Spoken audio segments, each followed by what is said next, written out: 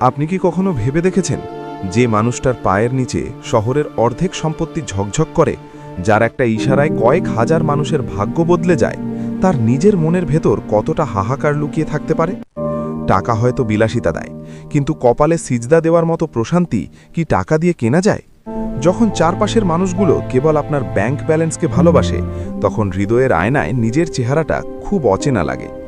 আজ আপনাদের এমন এক যুবকের গল্প শোনাবো যে শহরের সবচেয়ে বড় অট্টালিকার মালিক হয়েও এক টুকরো খাঁটি ইমানের খোঁজে নিজের রাজকীয় পরিচয়ে বিসর্জন দিয়েছিল। সে চেয়েছিল এমন একজনকে যে তাকে ভালোবাসবে তার রবের জন্য, তার সম্পদের জন্য নয়। শহরের বুক চিরে চলে যাওয়া রাজপথের পাশে দাঁড়িয়ে থাকা সেই বিশাল কাঁচের ভবনটির দিকে তাকালে সাধারণ মানুষের চোখ কপালে ওঠে। ওটা আরিয়ান আহমেদের সাম্রাজ্য। মাত্র ৩০ বছর বয়সেই আরিয়ান এমন উচ্চতায় পৌঁছেছে যেখানে পৌঁছনো অনেকের কাছে স্বপ্ন। কিন্তু আরিয়ানের রাতের আকাশটা ছিল বড় বেশি মেঘলা। বিলাসবহুল বেডরুমের নরম বিছানায় শুয়েও তার দুচোখে ঘুম আসত না। তার মা প্রায়ই বলতেন, বাবা আরিয়ান, অনেক তো হলো, এবার ঘরে একটা দিনদার মেয়ে নিয়ে আয়, এমন কাউকে আন যে আমাদের এই বাড়িটাকে জান্নাতের টুকরো বানিয়ে দেবে। আরিয়ান হাসত, কিন্তু মনে মনে ভাবত, এই জৌলুসের ভিড়ে কি কখনো খাঁটি দিনদার কাউকে পাওয়া সম্ভব? যারা আসবে তারা কি আরিয়ানকে দেখে আসবে, নাকি আরিয়ানের টাকাকে দেখে আসবে? ঠিক সেই ভাবনা থেকেই আরিয়ান একটা কঠিন সিদ্ধান্ত নিল। সে তার দামি ব্র্যান্ডের স্যুট ছেড়ে সাধারণ একটা পাঞ্জাবি আর লুঙ্গি পরে নিল। চোখে সাধারণ চশমা, পায়ে সস্তা স্যান্ডেল। সে তার ব্যক্তিগত সহকারীর হাতে অফিসের সব দায়িত্ব বুঝিয়ে দিয়ে শহর থেকে অনেক দূরে এক মফস্বল শহরে চলে গেল। তার মিশন ছিল একটাই, নিজেকে একজন অতি সাধারণ, প্রায় কপরদক্ষহীন যুবক হিসেবে পরিচয় দিয়ে এমন এক পরিবারের সন্ধান করা যাদের কাছে মানুষের ইজ্জত তার চরিত্রে, পকেটে নয়। সেই অচেনা মফস্বলে আরিয়ান এসে উঠল একটা পুরনো মসজিদের পাশের ছোট্ট একটা ঘরে। তার পরিচয়, সে একজন সাধারণ শিক্ষিত যুবক যে একটা ছোটখাটো চাকরির খোঁজে এখানে এসেছে। কয়েকদিন যেতে না যেতেই সে লক্ষ্য করল সেই এলাকার এক কোণে একটা ছোট সাদা রঙের বাড়ি, যে বাড়ির গেটে সবসময় একটা স্নিগ্ধতা লেগে থাকে। বাড়ির কর্তা মাওলানা আব্দুল আজিজ সাহেব। মানুষটি খুবই সাদাসিদে, কিন্তু তার চোখ মুখে অদ্ভুত এক নুরানি আভা। আরিয়ান জানতে পারল আব্দুল আজিজ সাহেবের এক মেয়ে আছে, নাম ফাতেমা। এলাকায় ফাতেমার পর্দানিশীনতা আর তার সুন্দর স্বভাবের কথা মানুষের মুখে মুখে ফেরে। কিন্তু মাওলানা সাহেব তার মেয়ের জন্য এমন একজন পাত্র খুঁজছেন যে কিনা হবে প্রকৃত পরেজগার। আরিয়ান ছদ্মবেশে মাওলানা সাহেবের সাথে পরিচয় হওয়ার সুযোগ খুঁজছিল। একদিন আসরের নামাজের পর মসজিদের বারান্দায় মাওলানা সাহেবের সাথে তার কথা হলো। আরিয়ান কাঁচুমাচু হয়ে বলল, চাচা, আমি এই শহরে নতুন এসেছি, একটা ছোট কাজ খুঁজছি, কোনো কাজ কি পাওয়া যাবে? মাওলানা সাহেব পরম মমতায় আরিয়ানের মাথায় হাত রেখে বললেন, বাবা, রিজিকের মালিক আল্লাহ, তুমি নিরাশ হও না। আমার ছোট একটা লাইব্রেরি আছে, সেখানে কিতাবগুলো গুছিয়ে রাখার জন্য একজন লোক দরকার, তুমি কি পারবে? আরিয়ান খুশিতে আত্মহারা হয়ে রাজি হয়ে গেল। মনে মনে ভাবল, এটাই হয়তো আমার সেই পরীক্ষা। লাইব্রেরিতে কাজ করার সুবাদে আরিয়ান প্রায়ই মাওলানা সাহেবের বাড়িতে যাওয়ার সুযোগ পেত। সে দেখত অভাবের সংসার হলেও সেই বাড়িতে অভাবের কোনো অভিযোগ নেই, সব সময় সবার মুখে আলহামদুলিল্লাহ। একদিন আরিয়ান দেখল ফাতেমা পর্দার আড়াল থেকে তার বাবার জন্য শরবত নিয়ে আসছে। তার হাতের সেই গ্লাসটা নেওয়ার সময় আরিয়ানের হাত সামান্য কেঁপে উঠল। সে দেখতে পাচ্ছিল না ফাতেমার মুখ, কিন্তু তার শালীনতা আর তার বাবার প্রতি তার ভক্তি আরিয়ানকে মুগ্ধ করল। একদিন কথা প্রসঙ্গে মাওলানা সাহেব আরিয়ানকে জিজ্ঞেস করলেন, বাবা আরিয়ান, তোমার পরিবারে কে কে আছে? তুমি কি বিয়ে করেছ? আরিয়ান মাথা নিচু করে মিথ্যে বলার অপরাধ বোধ নিয়ে বলল, চাচা, আমার মা আছেন, কিন্তু আমাদের অবস্থা খুব একটা ভালো নয়, তাই এখনও বিয়ের কথা ভাবিনি। মাওলানা সাহেব একটা দীর্ঘশ্বাস ফেলে বললেন, বাবা, দিনদার ছেলে পাওয়া এখন খুব কঠিন, সম্পদের মোহে সবাই অন্ধ। আমি চাই এমন একজন জামাতা যে আমার মেয়েকে শুধু দুনিয়ায় নয়, জান্নাতেও আগলে রাখবে। তোমার মাঝে আমি সেই নম্রতা দেখেছি। আরিয়ানের হৃৎপিণ্ড যেন থমকে গেল। সে কি সত্যিই যোগ্য? সে তো মিথ্যে পরিচয়ে এখানে আছে। দিনের পর দিন লাইব্রেরিতে কিতাব গোছাতে গোছাতে আরিয়ান দেখল ফাতেমা প্রতিদিন ফজরের পর কুরআন তেলাওয়াত করে। সেই সুর যেন আরিয়ানের পাথরে পরিণত হওয়া হৃদয়টাকে গলিয়ে দিচ্ছিল। সে বুঝতে পারল এটাই সেই সম্পদ যা সে তার আলিশান ফ্ল্যাটে বসে কোনোদিন পায়নি। কিন্তু সমস্যাটা অন্য জায়গায়। ওই এলাকার প্রভাবশালী এক ধনাঢ্য ব্যক্তির কুনজর পড়েছে এই পরিবারের উপর। সেই লোক চায় জোর করে ফাতেমাকে তার অবাধ্য ছেলের সাথে বিয়ে দিতে। মাওলানা সাহেব খুব দুশ্চিন্তায় আছেন। একদিন রাতে আরিয়ান শুনতে পেল মাওলানা সাহেব আর তার স্ত্রী ফিসফিস করে কাঁদছেন। ধনাঢ্য সেই ব্যক্তি হুমকি দিয়েছে যে আগামী 7 দিনের মধ্যে যদি বিয়ে না দেওয়া হয় তাহলে তারা এই ভিটে মাটি থেকে তাদের উচ্ছেদ করবে। আরিয়ানের রক্ত গরম হয়ে উঠল। সে চাইলেই 1 মিনিটে পুরো এলাকা কিনে নিতে পারে, ওই প্রভাবশালী লোককে ধুলোয় মিশিয়ে দিতে পারে। কিন্তু সে এখন এক সাধারণ লাইব্রেরি সহকারী। সে যদি এখন তার পরিচয় প্রকাশ করে দেয় তাহলে কি ফাতেমার পরিবার তাকে সেই আগের নজরে দেখবে? তারা কি ভাববে না যে আরিয়ান তাদের দারিদ্র্যের সুযোগ নিয়ে অভিনয় করেছে? একদিকে মাওলানা সাহেবের কান্না, অন্যদিকে নিজের ছদ্মবেশ। আরিয়ান গভীর রাতে জায়নামাজে দাঁড়িয়ে আল্লাহর কাছে সাহায্য চাইল। সে চোখের পানি ফেলে বলল, হে আল্লাহ, আমি তো চেয়েছিলাম তোমার সন্তুষ্টির জন্য এক দিনদার সঙ্গিনী। আজ এই পরিবারটি বিপদে, আমি কি আমার স্বার্থের জন্য চুপ থাকব? পরদিন সকালে আরিয়ান দেখল মাওলানা সাহেবের বাড়ির সামনে সেই প্রভাবশালী লোকটির ভাড়েটে গুন্ডারা এসে ভিড় করেছে। তারা চিৎকার করে বলছে, অনেক সময় দেওয়া হয়েছে, আজই ভয়শালা হবে। মাওলানা সাহেব কাঁপছেন, ফাতেমা আড়ালে দাঁড়িয়ে কাঁদছেন। আরিয়ান ভিড় ঠেলে সামনে এসে দাঁড়ালো।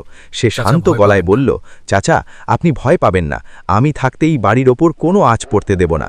ওই গুন্ডারা অট্টহাসি দিয়ে উঠল, আরে এই ফকির কোত্থেকে এলো রে, যা এখান থেকে, জান নিয়ে পালা। আরিয়ান তখন স্থির দৃষ্টিতে তাদের দিকে তাকিয়ে থাকল। তার সেই দৃষ্টিতে কোনো সাধারণ মানুষের ভয় ছিল না, ছিল এক প্রতাপশালী শাসকের তেজ। সেদিন আরিয়ান বুঝতে পেরেছিল শুধু ভালো মানুষ হওয়া যথেষ্ট নয়, অন্যায়ের বিরুদ্ধে দাঁড়ানোর ক্ষমতাও থাকতে হয়। সে তার পকেট থেকে একটা ফোন বের করল যা সে এতদিন লুকিয়ে রেখেছিল। ফোনের ওপাশে থাকা তার সিকিউরিটি ইনচার্জকে শুধু একটা কথা বলল, 10 মিনিটের মধ্যে আমার লোকেশনে আসো। মাওলানা সাহেব অবাক হয়ে আরিয়ানের দিকে তাকিয়ে রইলেন। তার চোখে জল, মুখে বিস্ময়। আরিয়ান কি কোনো অলৌকিক কিছু করতে যাচ্ছে, নাকি এই ছদ্মবেশের আড়ালে লুকিয়ে আছে অন্য কোনো বড় ছল? রোদ চশমা আর দামি গাড়ির বহর যখন গ্রামের মেঠো পথে ধুলো উড়িয়ে ঢুকতে শুরু করল তখন পুরো এলাকা স্তব্ধ হয়ে গেল। ধুলোয় ধূসরিত সেই গ্রামের মেঠো পথে একের পর এক কালো রঙের দামি গাড়ি যখন এসে থামল, পুরো গ্রাম যেন থমকে গেল। গাড়ির কাচের ওপাশ থেকে আসা শীতাতপ নিয়ন্ত্রিত বাতাসের ঝাপটা আর চারপাশের রুক্ষ পরিবেশের মধ্যে এক অদ্ভুত বৈপরীত্য তৈরি হলো। সুঠাম দেহের স্যুট পরা নিরাপত্তা রক্ষীরা গাড়ি থেকে নেমে সারিবদ্ধভাবে দাঁড়ালো। গ্রামের সাধারণ মানুষগুলো ভয়ে আর বিস্ময়ে পিছিয়ে গেল। সেই প্রভাবশালী লোকটির গুন্ডারা, যারা কিছুক্ষণ আগে আস্ফালন করছিল, তাদের হাতের লাঠিগুলো কখন যে মাটিতে পড়ে গেছে তারা নিজেরাও জানে না। আরিয়ান শান্ত পায়ে এগিয়ে গেল মাওলানা আব্দুল আজিজের দিকে। মাওলানা সাহেব তখনও কিংকর্তব্য বিমূঢ় হয়ে দাঁড়িয়ে আছেন, তার চোখের কোণে পানি জমে আছে। আরিয়ান তার সামনে গিয়ে মাথা নিচু করল। যে মানুষটা একটু আগে এক সাধারণ অসহায় যুবক ছিল, তার দেহভঙ্গি থেকে এখন এক অদৃশ্য রাজকীয় আভা বিচ্ছুরিত হচ্ছে। আরিয়ানের ব্যক্তিগত সহকারী মিস্টার জামান দ্রুত এগিয়ে এসে আরিয়ানের হাতে একটা ফাইল তুলে দিল। আরিয়ান সেই ফাইলটা মাওলানা সাহেবের হাতে দিয়ে খুব মৃদু কিন্তু গম্ভীর স্বরে বলল, চাচা, এই বাড়ির কাগজের জন্য ওই লোকটা আপনাদের উপর জুলুম করছিল। আজ থেকে এই এলাকা আর ওই লোকের অধীনে নেই। আমি পুরো জমিটা আইনত কিনে নিয়েছি এবং এটা এখন আপনার নামে রেজিস্ট্রি করা। মাওলানা সাহেব কাঁপা কাঁপা হাতে ফাইলটা ধরলেন। তার ঠোঁট কাঁপছে, কিন্তু মুখ দিয়ে কোনো কথা বের হচ্ছে না। তিনি বুঝতে পারছেন না এটা স্বপ্ন নাকি বাস্তব। আরিয়ান তখন সেই প্রভাবশালী লোকটির দিকে তাকালো, যে এখন ভয়ে ঘামছে। আরিয়ান শুধু বলল, মানুষের অভাবকে পুঁজি করে যারা জমি দখল করে তারা কি জানে মাটির নিচে যেতে হবে খালি হাতে? আপনার অন্ধকার ব্যবসার সব প্রমাণ আমার কাছে আছে। এখন সিদ্ধান্ত আপনার, এলাকা ছাড়বেন নাকি পুলিশের গাড়িতে উঠবেন। সেই দাম্ভিক লোকটি কোনো কথা না বলে মাথা নিচু করে সেখান থেকে পালিয়ে বাঁচল। সবাই যখন উল্লাস করছে, ঠিক তখন এক করুণ নীরবতা নেমে এলো মাওলানা সাহেবের আঙিনায়। মাওলানা সাহেব আরিয়ানের দিকে তাকিয়ে বললেন, বাবা, তুমি কে বাবা? তুমি কি সেই সাধারণ লাইব্রেরি সহকারী আরিয়ান, নাকি অন্য কেউ? আরিয়ানের দুচোখ বেয়ে এক ফোঁটা জল গড়িয়ে পড়ল। সে মাওলানা সাহেবের হাত দুটো জড়িয়ে ধরে বলল, চাচা, আমি সেই অপরাধী যে মিথ্যে বলে আপনাদের পবিত্র মনে আঘাত দিয়েছি। আমি শহরের সেই নিঃসঙ্গ আরিয়ান, যার অঢেল সম্পদ আছে ঠিকই, কিন্তু এক ফোঁটা প্রশান্তি ছিল না। আমি এই পোশাকে এসেছিলাম কেবল এটা দেখতে যে এই দুনিয়ায় কি এখনও এমন কেউ আছে যারা মানুষের মনুষ্যত্ব দেখে তাকে ভালোবাসে, যারা দারিদ্র্যের মধ্যেও আল্লাহর উপর ভরসা হারায় না। আমি আপনার লাইব্রেরিতে কিতাব গুছিয়েছি সত্য, কিন্তু তার চেয়েও বড় সত্য হল আমি আপনার পরিবারে সেই জান্নাতের সুবাস পেয়েছি যা আমার বিলাসবহুল প্রাসাদেও ছিল না। মাওলানা সাহেব দীর্ঘক্ষণ চুপ করে রইলেন। বাড়ির ভেতর থেকে ফাতেমার মা আর ফাতেমা সব শুনছিলেন। ফাতেমার মায়ের কান্নার আওয়াজ আড়াল থেকে ভেসে আসছিল। মাওলানা সাহেব আরিয়ানের দিকে তাকিয়ে বললেন, বাবা, সম্পদ মানুষকে বড় করে না, কিন্তু সত্য লুকানোও তো ভালো নয়। তবে তোমার উদ্দেশ্য যদি কেবল খাঁটি দিনকে খোঁজা হয়ে থাকে, তবে আল্লাহ তোমাকে সঠিক পথেই নিয়ে এসেছেন। তুমি মিথ্যে বলেছ ঠিকই, কিন্তু তোমার চোখে আমি যে সততা দেখেছি তা কোনো অভিনয় হতে পারে না। আরিয়ান ফুপিয়ে কেঁদে উঠল। সে বলল, চাচা, আমি কি ফাতেমার যোগ্য? আমি কি এই নুরানি পরিবারের অংশ হওয়ার ধৃষ্টতা দেখাতে পারি? আমি আমার সব সম্পদ বিলিয়ে দিতে পারি কেবল একটি নেককার স্ত্রীর জন্য, যে আমার হাত ধরে আমাকে জান্নাতের পথে নিয়ে যাবে। সেই বিকেলে গ্রামের সেই সাধারণ বাড়িতেই এক অসাধারণ জান্নাতি পরিবেশ তৈরি হল। কোনো জাঁকজমক নেই, কোনো আড়ম্বর নেই। মাওলানা সাহেব আরিয়ানকে জড়িয়ে ধরলেন। আরিয়ান বুঝতে পারল, কোটি কোটি টাকার ডিল সই করার চেয়ে এই বৃদ্ধের বুকের সাথে মিশে থাকার মাঝেই প্রকৃত সুখ। সে তার মাকে ফোন করে সব জানাল। আরিয়ানের মা ফোনের ওপাশে সিজদায় পড়ে গেলেন। তিনি কেবল বললেন, বাবা, আমি তো এটাই চেয়েছিলাম। তুই আজ প্রকৃত অর্থেই বড় হয়েছিস। আরিয়ান ভাবছিল, ফাতেমা কি তাকে ক্ষমা করবে? পর্দার আড়াল থেকে ফাতেমার কম্পিত হাতের সেই তাসবি পড়ার শব্দ আরিয়ানকে আশ্বস্ত করল।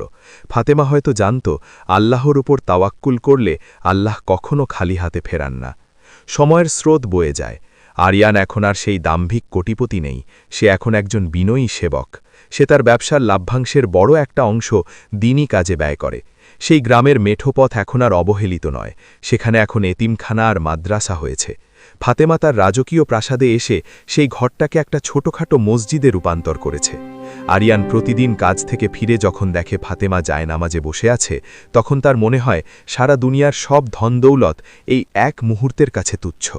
এখন জীবনের এই শেষ বিকেলে এসে যখন ভাবি, তখন নিজের অজান্তেই চোখ ভিজে আসে। আসলে আমরা কিসের পেছনে ছুটছি? টাকা, নাম, যশ? বিশ্বাস করুন, কবরের সেই ৩.৫ হাত মাটি যখন আপনাকে ডাকবে, তখন আপনার এই ব্যাংক ব্যালেন্স কোনো কাজে আসবে না। আমি সেদিন সেই ছদ্মবেশ না নিলে জানতামই না যে ভালোবাসার কোনো দাম হয় না, ইমানের কোনো বিনিময় হয় না। আমি সেই কোটিপতি আরিয়ান হয়ে বলছি, আমি যদি ওই দিন ফাতেমাকে না পেতাম, তাহলে আমি আমার সমস্ত সম্পদ নিয়ে একদিন নিঃস্ব হয়ে মরে যেতাম। আজ আমি সুখী, কারণ আমার সাথে আমার রব আছেন, আর আছে এক টুকরো জান্নাতি ভালোবাসা। আল্লাহ যেন আপনাদের সবাইকে এমন একজন সাথী দেন, যে কেবল আপনার হাত ধরবে না, বরং আপনার রূহকে আল্লাহর সাথে মিলিয়ে দেবে। আমিন।